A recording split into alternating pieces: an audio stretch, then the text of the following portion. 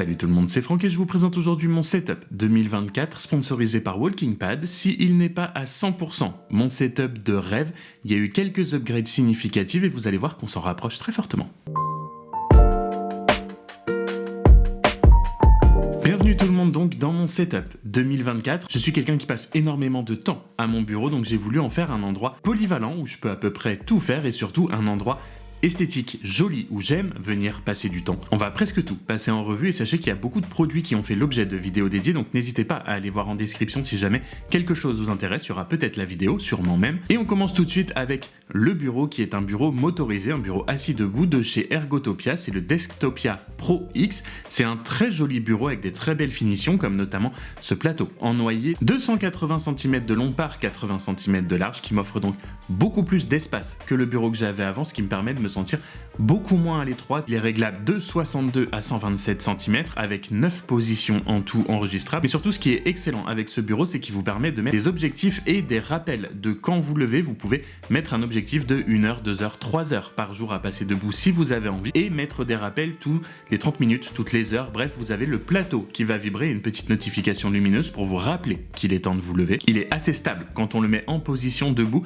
Ça permet de changer de position et de se bouger un petit peu plus. Et justement, en parlant de se bouger, un de mes objectifs de 2024, ça va être d'avoir un petit peu plus d'activité, d'être plus actif, de faire un peu plus de sport et de perdre du poids. Et pour ça, je vais avoir de l'aide tout au long de l'année grâce au sponsor de cette vidéo, WalkingPad. Si vous êtes en télétravail par exemple, c'est pas toujours facile de trouver du temps et surtout la motivation avant ou après le travail de sortir pour aller faire du sport, d'aller à la salle ou même de faire du sport chez soi. Pourquoi pas en faire pendant le travail? Si vous avez un bureau assis debout, ça casse déjà un peu la sédentarité, mais WalkingPad propose des tapis de marche running pliants qui peuvent se glisser sous le bureau et être rangés assez facilement pour faire de l'exercice tout en continuant de travailler. J'ai personnellement le modèle R2 qui permet de marcher ou courir jusqu'à 12 km/h.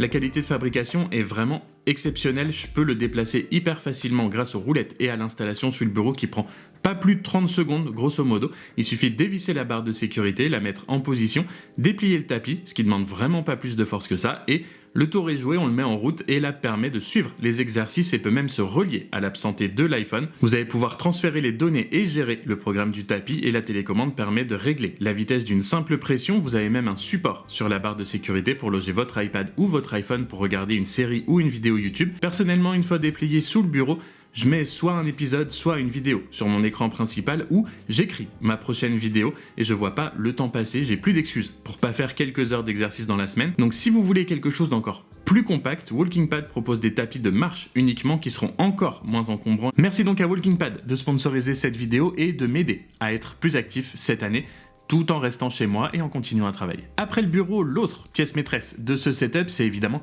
ce qui l'alimente, c'est-à-dire mon nouveau Mac Studio M1 Max. C'est un modèle de base, donc 32 Go de RAM, 512 Go de SSD, et le moins qu'on puisse dire, c'est que ça me change énormément de mon MacBook Pro 2018 que j'avais avant pour travailler. Je l'ai eu très récemment, donc je ferai une vidéo d'ici quelques semaines, d'ici quelques mois, pour avoir les performances et voir ce que vaut un Mac Studio M1 Max en 2024. Fait tout ce que je lui demande avec tellement de facilité et sans aucun effort. Ça peut être du montage dans Final Cut pour mes vidéos YouTube avec des titres, des effets, plusieurs plans 4K, etc. Il n'en a absolument rien à faire. Ça peut être de la retouche photo, ça peut être du Photoshop, ça peut être juste regarder des vidéos. Vraiment, il fait tout ça sans aucun effort. C'est incroyable. La seule chose dont j'ai besoin, vu ces 512 Go de stockage, c'était un SSD externe et j'ai choisi le Samsung T7 Shield. Je l'utilise pour le montage, je fais tout mon montage à partir du disque dur et franchement, ça se passe extrêmement bien jusque-là. Et je pense que vu les performances, même si mon workflow s'intensifie, devient un petit peu plus lourd dans les prochaines années, il a largement assez de puissance pour que je puisse le garder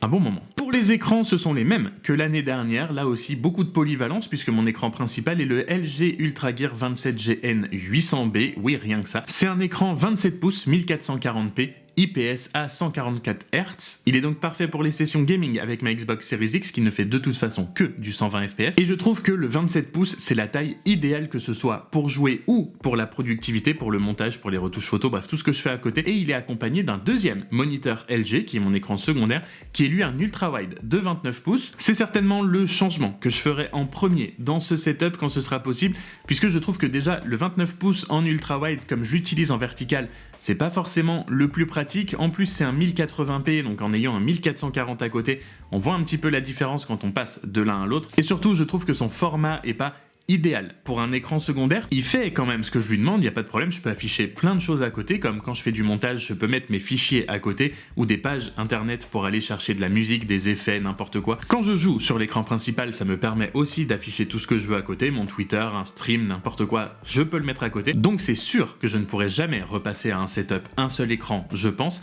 mais le format n'est pas idéal pour un second moniteur, donc je pense que ce sera la première chose à changer. La souris, elle, par contre, n'est pas prête de bouger, c'est la même que pour mon dernier setup, c'est la MX Master 3. La seule autre souris pour laquelle je pense je pourrais changer, ce serait la MX Master 3S pour avoir un clic moins bruyant. Que ce soit en termes d'ergonomie ou de productivité, on peut tout faire avec cette souris. Je peux changer d'espace de travail, je peux scroller ma timeline de façon horizontale avec la deuxième molette. Je peux ouvrir un onglet en un simple clic, accéder à toutes mes applications sur mon Mac. Bref, on peut vraiment tout faire et en plus, c'est hyper personnalisable. Je pensais vraiment pas qu'on puisse autant apprécier une souris et qu'elle puisse vraiment transformer la façon dont on travaille et tout ce qu'on peut faire avec. Mais elle, c'est sûr qu'elle ne bougera pas, elle est accompagnée du Carpio de Delta Hub, le Carpio 2.0, qui est un repose-poignet ergonomique qui accompagne votre souris, donc ça glisse très bien sur mon tapis de souris, qui est lui aussi celui de Delta Hub. Pour le clavier, j'en utilise 3 différents, puisque depuis 1 an, j'ai goûté au clavier mécanique. J'alterne entre le Keychron K2 avec des switches rouges linéaires, le Keychron K7 Pro, qui est lui un format low profile 100% AZERTY, ce qui est assez rare, donc je tiens à le souligner, avec des switches marrons, donc des switches tactiles, et le Epomaker EK68, lui aussi avec des switches tactiles, les Budgerigar de Epomaker. J'utilise les 3, je suis très content des 3, ils sont tous en dessous de 100 €, il me semble, donc si jamais vous avez un cadeau à faire à Noël par exemple, n'hésitez pas à aller jeter un coup d'œil à Epomaker et Keychron, surtout Keychron qui fait vraiment des claviers AZERTY. Et pour compléter le combo clavier-souris, j'ai maintenant aussi le Loopdeck Live S, qui est une petite console de stream, un petit peu comme le Stream Deck, c'est fait à la base pour contrôler votre stream, mais qui est complètement lui aussi personnalisable suivant les applications que j'utilise. Dans Final Cut, je l'utilise énormément, ça me permet, pour vous donner un exemple, de zoomer et dézoomer ma timeline avec une molette, pouvoir passer image par image et scroller ma timeline image par image avec la deuxième. Je peux faire des cuts en un clic, je peux raccourcir des plans, je peux insérer des titres, bref, je peux faire énormément de choses avec. Dans Lightroom, j'ai tous mes presets favoris sur une page, je peux passer de l'un à l'autre en un simple clic aussi. Je peux changer la température d'une photo, ajuster le contraste, ajuster l'exposition avec les molettes, bref, c'est vraiment un produit, encore une fois, hyper polyvalent et très utile, que j'aime beaucoup et qui s'est parfaitement intégré à ma façon de travailler. Ma chaise, elle, est toujours la Secret Lab Titan Evo 2022. J'en suis toujours content, le tissu tient extrêmement bien, hormis le support lombaire qui grince assez fortement en termes de qualité de fabrication. J'ai pas grand chose à dire, le tissu est toujours extrêmement bon, les accoudoirs ne sont pas abîmés, elles ne grincent pas spécialement. L'assise est très ferme, donc il faut aimer. Je pense que dans le futur, ce sera quelque chose que je regarderai pour changer aussi, pour quelque chose de plus confortable et encore un peu plus ergonomique, plus réglable. J'aime bien, mais si ça pouvait être un mini poil plus confortable, ce serait quand même pas de refus. Mais dans l'ensemble, je suis toujours très content de cette Secret Lab. Et puisque c'est une chaise gamer, vous vous doutez que, évidemment, je suis gamer, comme je vous l'ai dit tout à l'heure. Je joue sur Xbox Series X depuis à peu près sa sortie, maintenant, plus ou moins. Et je dois dire que j'en suis toujours pleinement satisfait de cette Series X, à part le fait que je ne peux pas jouer à Spider-Man, c'est peut-être le seul jeu qui me manque vraiment que je ne peux pas faire. C'est vrai que la promesse des jeux en 4K 120 FPS est à moitié tenue, parce qu'il y en a, mais pas non plus des tonnes, et à défaut de pouvoir jouer à Spider-Man, je passe de longues heures à jouer à Halo Infinite en multi. Je passe aussi beaucoup de temps sur Forza Motorsport 8, parce que j'aime beaucoup les jeux de voiture, mais aussi Warzone et Fortnite, donc des jeux qui tirent parti quand même pas mal du 120 FPS, et quand je ne joue pas à des jeux multi qui demandent du 120 FPS, je joue aussi pas mal à Red Dead Redemption 2 et Hogwarts Legacy et Cyberpunk par exemple. Et pour tous ces jeux, la Series X offre quand même des très bons niveaux graphiques, c'est vraiment un plaisir de jouer à ces jeux sur Series X, et je joue à tout ça avec la manette Elite Series 2 qui a été personnalisée, que j'ai reçue en cadeau, et c'est un pur régal de jouer avec cette manette. Je n'ai jamais tenu de meilleur pad de ma vie, elle est absolument incroyable. Donc comme vous pouvez le voir, côté gaming sur ce setup, on est plutôt pas mal servi. Pour la lumière, qui est quand même un aspect très important pour donner de la personnalité à son setup, j'utilise pour travailler au-dessus de mon écran la Screen Bar BenQ Halo, qui est un accessoire que je recommande juste à tout le monde. Si vous passez du temps sur votre ordinateur et que vous travaillez, c'est un petit peu cher, certes, mais je vous assure que ça fait une différence incroyable en termes d'environnement de travail d'avoir cette lumière au-dessus de votre écran. Elle est réglable en intensité et en chaleur de la lumière et pour vos yeux, c'est vraiment du pain béni en termes de confort. Je m'en sers absolument tous les jours et je vous assure que ce n'est pas juste un gadget esthétique qu'on peut voir partout.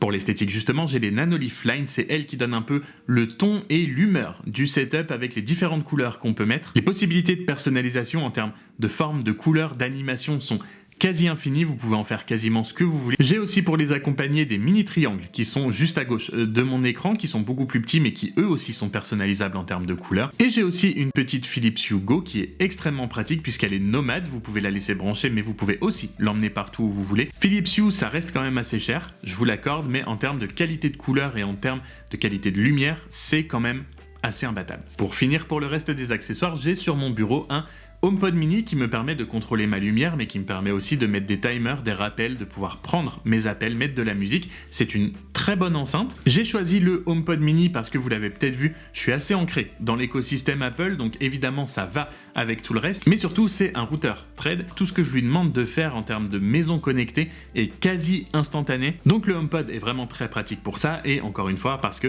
j'ai beaucoup de choses qui sont Apple chez moi, donc c'est beaucoup plus pratique d'avoir un HomePod dans mon bureau. Tout tourne autour d'Apple, donc avoir un HomePod mini dans le bureau est ce qui faisait le plus de sens. J'ai aussi une station de recharge MagSafe de Satechi qui est une 2 en 1 puisqu'elle me permet de recharger mon téléphone et d'utiliser le mode standby, et elle me permet aussi en même temps de recharger les AirPods. Et enfin pour le divertissement, quand je veux prendre une petite pause et sortir un petit peu du bureau, j'ai un canapé derrière moi et le Yaber K2S qui est un vidéoprojecteur 1080p. Il est vraiment dans un angle, donc la qualité d'image n'est pas optimale, certes. Donc vraiment juste pour afficher quelque chose, pour prendre une petite pause, il fait plus que largement bien l'affaire. Ça permet de s'évader un petit peu, de sortir du mood un petit peu travail, de se poser sur le canapé et regarder quelque chose quand même sur le mur à côté. Donc là aussi, j'en suis vraiment très content et ça permet de compléter un petit peu tout ce que je peux faire à l'intérieur de mon setup et dans mon bureau plus en général. Voilà, ce sera tout pour moi pour aujourd'hui. J'espère que cette vidéo vous aura plu et surtout vous aura donné un petit peu d'inspiration peut-être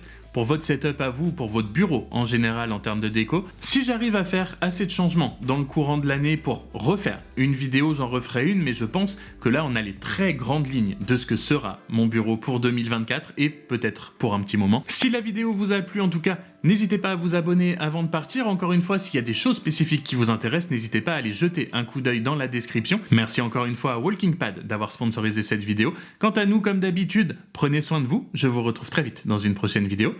Salut!